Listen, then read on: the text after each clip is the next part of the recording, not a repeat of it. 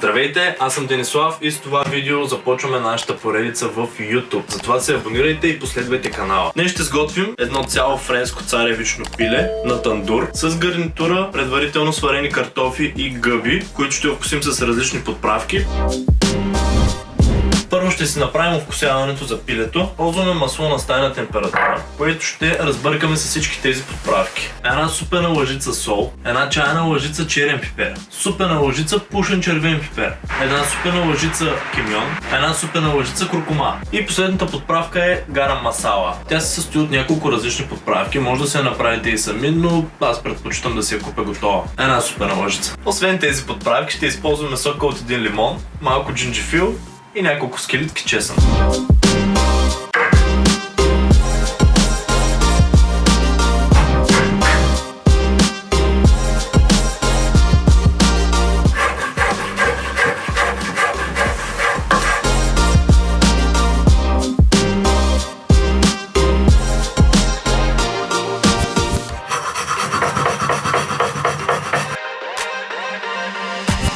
Добавяме и малко зехтин и разбъркваме много добре.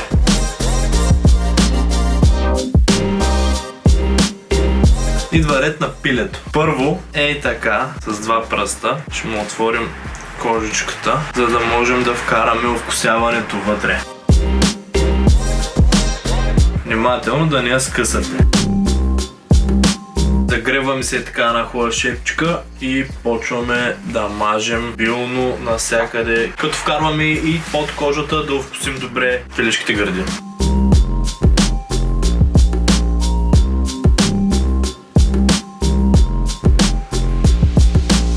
Правим му един хубав масаж на пиленцето.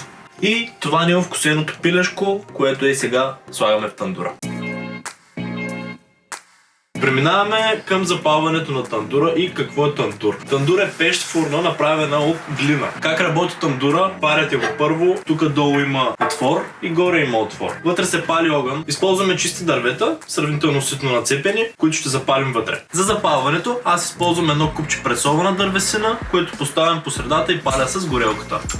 Първоначално си взимате 5-6 дръвчета и ги подреждате около пресованата дървесина, те ще се запалят.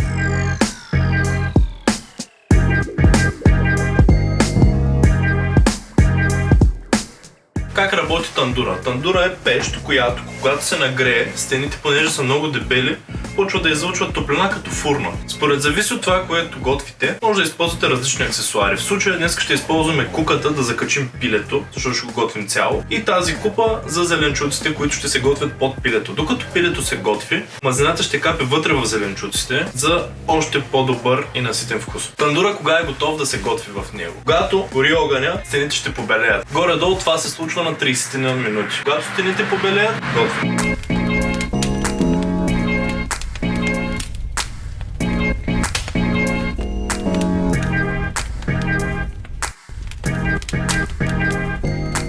Когато тандура се разпали вече, може да хвърлите малко по-големи дървета вътре.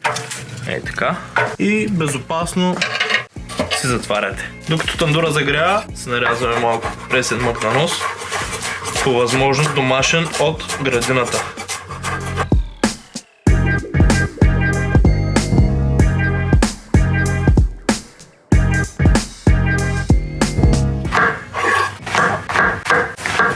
Изсипваме предварително сварени картофи заедно с гъбите. Овкусяваме с зехтин и микс от сол, черен пипер и чесън. Бързо, просто, лесно, 100% вкусно. Готвенето ще проследим с и тази джаджа, безжичния wireless термометър на Meater, който издържа до 550 градуса Целзий. Забучваме го в гърдите и търсим вътрешна температура около 70 градуса. Когато го изкараме на 70 градуса, от горещината, която все още е около пилето, то ще се досготви до 74,5, което е перфектно за пилешко месо. Използваме куката за месо. Пилето ще го готвим така, не покрито, в продължителност 15 до 20 минути максимум.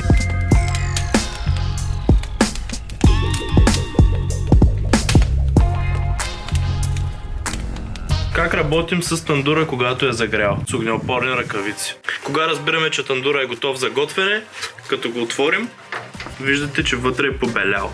Вътрешната температура в момента е около 350-400 градуса на стените. Тандура е загрял, след около 30 минути горене и слагаме отдолу първо купата с зеленчуците. След това слагаме пилето отгоре, използваме един шиш по средата и го поставяме ей така, за да може, когато се запича маслото, да капе върху зеленчуците. Затваряме отгоре, заедно с капачето, и затваряме и отдолу. И сега, благодарение на приложението на Meater, тук можем да следим каква е температурата на пилето, каква е вътре в тандура и ще ни каже кога е готово. A few minutes later. Минали са 10 минути и сега ще проверим как е пилето. В момента е наполовина сготвено, на около 30 градуса вътрешна температура. В тандура е около 250 градуса. Картофките отдолу хващат хубава коричка, а ароматите, които се носят, са уникални. A few minutes later. Пилето е вече готово. Отваряме.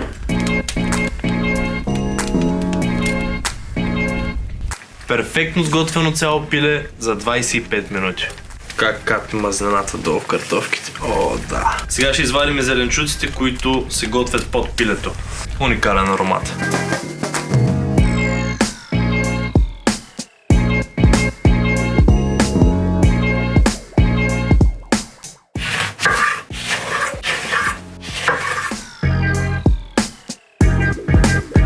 Ето го и нашето пиленце. Перфектно сготвено. Хрупкава коричка, готово е да се яде. Готвихме го 25 минути и е в момента почти 72 градуса. В момента си почива. Задължително е да оставите всяко едно месо да си почива горе-долу за поне половината време, на което сте го готвили. Така ще се запазят абсолютно всички сокове вътре, вместо да изтекат навсякъде по дъската, като разрежете.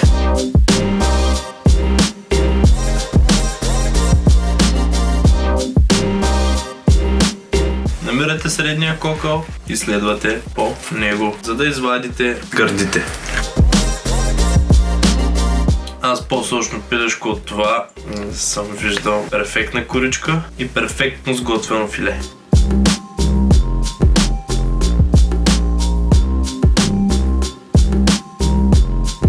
Супер сочно. И останаха крилцата, от които направо месото иска да изпадне.